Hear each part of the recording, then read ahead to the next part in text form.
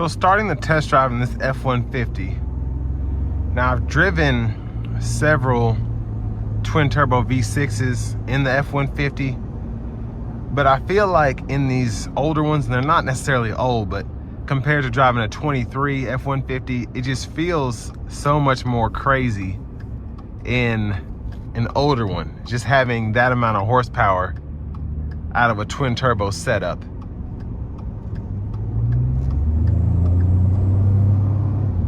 And especially since I can't remember if those Fords have different drive. Yeah, they do have different drive modes. So yeah, like 7, 8 different drive modes there, where here you pretty much just have what you have.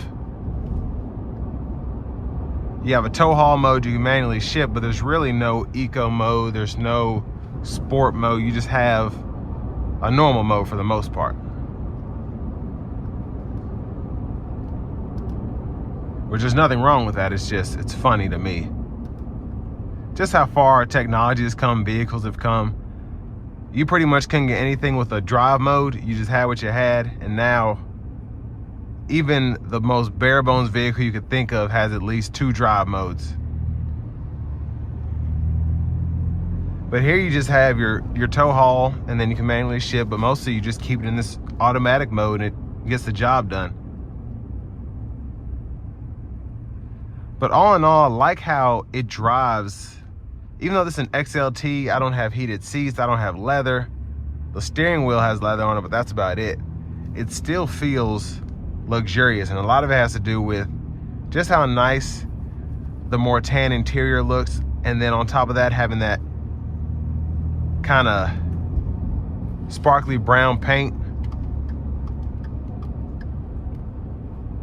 You feel luxurious in this truck, even though it doesn't really have all that. I will say this XLT is spec'd pretty nicely, having the power rear window, having the 3.5 liter EcoBoost.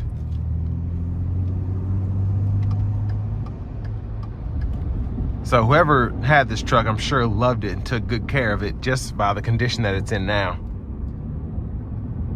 But I'm gonna put it in a manual mode, and then I'm gonna see how it shifts.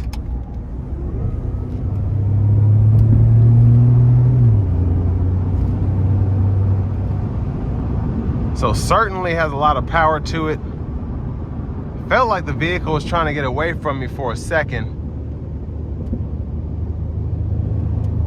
But the turbos definitely kick in, do their thing. And that's impressive with this kind of mileage on it. It still feels like new. But I also like having the blind spot mirror, even though I don't have the blind spot monitors here. It's nice to have that on the driver's side so I don't have to necessarily pull all the way up. But wind noise is a bit intrusive. I think a lot of that has to do with the rain guards that are on this one in particular. They're aftermarket. They look nice, but I can definitely feel them, or I can see them flopping in the wind. But brake pedal feels good. Throttle response is nice. Ride quality feels like it should in a 2013 full-size pickup truck. And I think this was EPA estimated to get 15 city, 21 highway. Or maybe that's with the updated EPA numbers, which is about what you get on new trucks these days. But I mean, the power response here is just, I love it. It's great. And this is, I don't even know if anybody really had turbos at that time, let alone this time, but Ram and F-150, you really didn't have a V6 twin turbo to compete with. They all had V8s, but this always felt a little faster. I will say it's so much more fun to drive a pre-owned truck that's been broken in, because I can give like full throttle responses and all of that. And this thing just feels so quick. It's just so fun to drive having the twin turbo setup.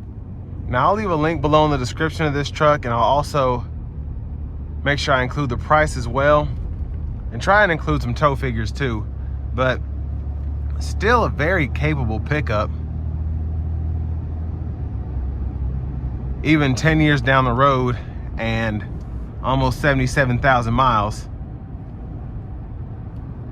And if somebody gave me one of these, I'd drive it until the engine fell out of it. Still a great pickup.